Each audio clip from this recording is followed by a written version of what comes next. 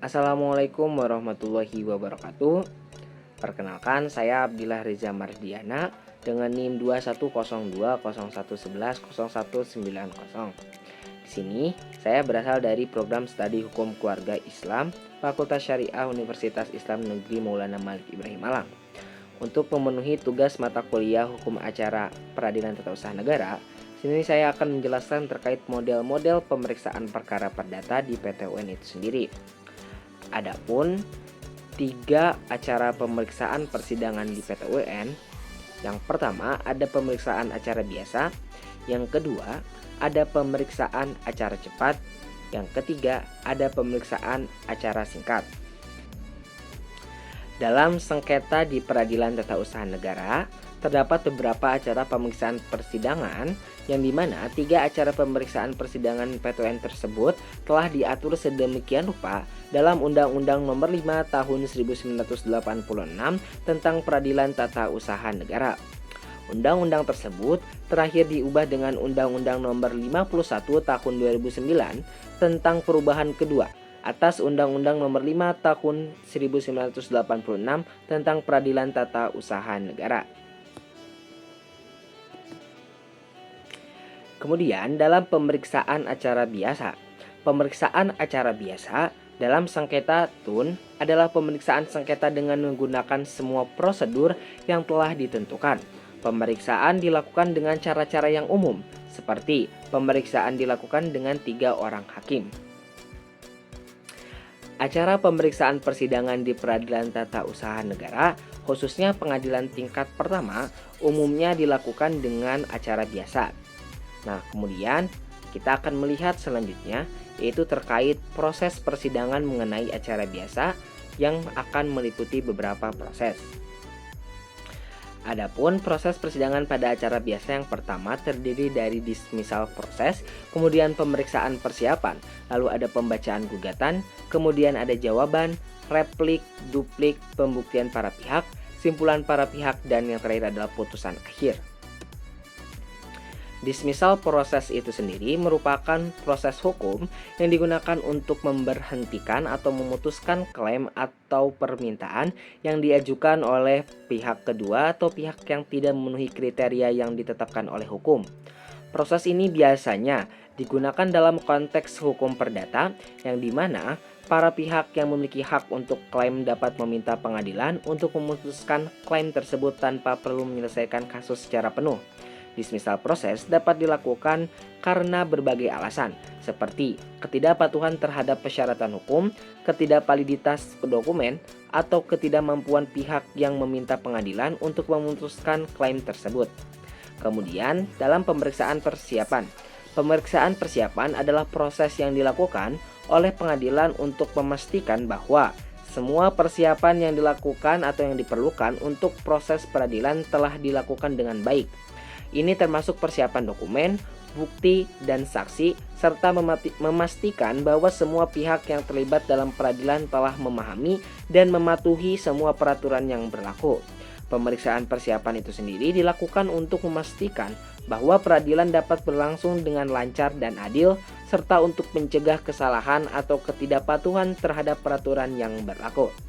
Kemudian selanjutnya dalam pembacaan gugatan. Pembacaan gugatan merupakan proses di mana pengadilan membacakan gugatan yang telah disiapkan dan diserahkan oleh pihak yang mengajukan gugatan. Gugatan itu sendiri yang dimana merupakan dokumen hukum yang menyatakan klaim atau permintaan yang diajukan oleh suatu pihak kepada pengadilan terhadap pihak lain. Pembacaan gugatan ini dilakukan di depan pengadilan dan diadakan dalam sidang pembacaan gugatan. Tujuan dari pembacaan gugatan itu sendiri untuk memastikan bahwa semua pihak yang terlibat dalam peradilan memahami isi gugatan dan dapat menjawab ataupun membela diri terhadap permintaan yang telah diajukan. Selanjutnya ada jawaban. Jawaban dalam persidangan adalah tanggapan atau balasan yang diberikan oleh pihak yang terlibat dalam proses peradilan itu sendiri. Kemudian terdapat replik. Replik itu sendiri merupakan suatu proses yang dimana adalah jawaban dari penuntut atau jaksa terhadap tangkisan terdakwa atau pengacaranya, di mana replik digunakan oleh penggugat untuk membantah jawaban tergugat dengan tujuan menyangkal dalil-dalil jawaban tergugat yang bermaksud mematahkan dalil-dalil gugatan penggugat. Kemudian, terdapat duplik. Duplik itu sendiri merupakan jawaban kedua dari terdakwa atau pembela sebagai jawaban atas replik. Dalam hukum acara pidana, replik diajukan penuntut umum terhadap nota pembelaan dari penasihat hukum atau terdakwa, sedangkan duplik diajukan penasihat hukum terdakwa terhadap tanggapan penuntut umum atas nota pembelaan. Adapun dalam hukum acara perdata, replik diajukan penggugat terhadap jawaban tergugat dan duplik diajukan tergugat terhadap tanggapan penggugat. Kemudian, ada pembuktian para pihak. Pembuktian para pihak adalah proses di mana setiap pihak dalam suatu kasus atau perkara menyediakan bukti atau klaim yang mendukung klaim mereka. Kemudian ada simpulan para pihak. Penggugat dan tergugat diberi kesempatan oleh hakim untuk mengajukan kesimpulan yang diserahkan kepada majelis hakim dalam suatu proses persidangan secara bersamaan. Kemudian yang terakhir ada putusan akhir. Terhadap putusan akhir, dengan metode acara pemeriksaan persidangan biasa dapat dilakukan banding ke Pengadilan Tinggi Tata Usaha Negara. Apabila dirasa kurang puas, dapat melakukan upaya hukum kasasi ke Mahkamah Agung. Dalam hal ini terdapat contoh kasus pemeriksaan persidangan dengan acara biasa ini, yaitu objek sengketa sertifikat tanah. Selanjutnya adalah pemeriksaan acara cepat. Pemeriksaan acara cepat adalah pemeriksaan dengan percepatan dari jalannya proses pemeriksaan dan pemutusan pokok sengketa dari gugatan yang masuk dan dilakukan dengan penyingkatan tenggang waktu. Berbeda dengan pemeriksaan acara biasa, pemeriksaan acara cepat ini dilakukan dengan hakim tunggal. Kemudian dalam pemeriksaan acara cepat dapat dilakukan apabila terdapat kepentingan penggugat yang cukup mendesak.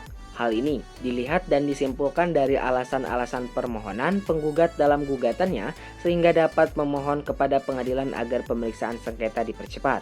Dalam jangka waktu 14 hari sejak permohonan diterima, ketua pengadilan mengeluarkan penetapan tentang dikabulkan atau ditolaknya permohonan. Penetapan tentang dikabulkan atau ditolak permohonan dengan acara cepat ini kemudian apabila ketua pengadilan mengabulkan permohonan pemeriksaan dengan acara cepat, maka dikeluarkanlah penetapan. Di samping itu juga sudah harusnya menentukan waktu persidangan tanpa dilakukan proses pemeriksaan persiapan sebagaimana acara biasa.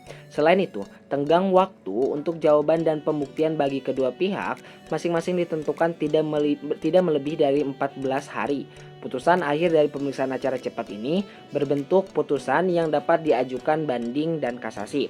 Contoh dari kasus pemeriksaan persidangan dengan acara cepat ini adalah sengketa partai politik yang tidak lolos verifikasi oleh Komisi Pemilihan Umum atau KPU. Selanjutnya adalah pemeriksaan acara singkat. Nah, pemeriksaan acara singkat sendiri adalah suatu proses atau prosedur acara yang diselenggarakan untuk memeriksa perlawanan dari penggugat terhadap penetapan ketua pengadilan dalam suatu rapat permusyawaratan, di mana pemeriksaan acara singkat oleh Pengadilan Tata Usaha Negara dapat menyangkut perlawanan. Nah, perlawanan yang dimaksud di sini adalah diajukan ketika gugatannya tidak lolos dismissal proses. Penetapan yang dikeluarkan berdasarkan rapat permusyawaratan menyatakan gugatan tidak diterima atau bahkan mungkin tidak berdasar karena beberapa hal. Nah, yang pertama yaitu pokok gugatan tersebut nyata-nyatanya tidak termasuk dalam wewenang pengadilan.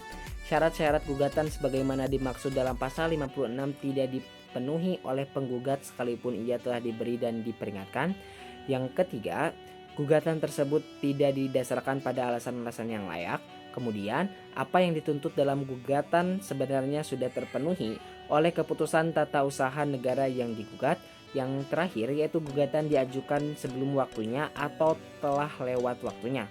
Berdasarkan penetapan tersebut dapat mengajukan perlawanan kepada pengadilan dalam tenggang waktu 14 hari setelah penetapan diucapkan. Perlawanan diperiksa dan diputus oleh pengadilan dengan acara singkat. Baik, selanjutnya yaitu ketika apabila perlawan dibenarkan pengadilan, maka penetapan yang menyatakan bahwa gugatan tidak diterima menjadi gugur demi hukum, sehingga pokok gugatan akan diperiksa, diputus dan diselesaikan dengan acara biasa. putusan perlawanan tidak dapat diajukan upaya hukum, banding, dan kasasi. Nah, untuk contoh dalam hal tersebut yaitu pemeriksaan persidangan acara singkat ini yaitu sebenarnya kasuistis sepanjang memenuhi pasal 62 Undang-Undang Peraturan itu sendiri. Nah, kemudian selanjutnya kita akan mengetahui perbedaan acara biasa, acara cepat, dan acara singkat. Nah, untuk acara biasa itu sendiri, yang pertama itu diawali dengan pemeriksaan persiapan dengan majelis hakim 3 orang. Kemudian tahapan penanganan sengketanya yaitu ada prosedur dismisal, pemeriksaan persiapan, dan yang terakhir yaitu pemeriksaan di sidang pengadilan. Yang ketiga yaitu bentuk akhirnya adalah putusan atau vonis. Nah, kemudian sedangkan dalam acara cepat itu sendiri dilakukan karena kepentingan mendesak dengan hakim tunggal. Yang kemudian dalam hal permohonan dikabulkan pemeriksaan acara cepat dilakukan tanpa melalui prosedur pemeriksaan persiapan, dan yang ketiga yaitu bentuk akhirnya ada putusan vonis.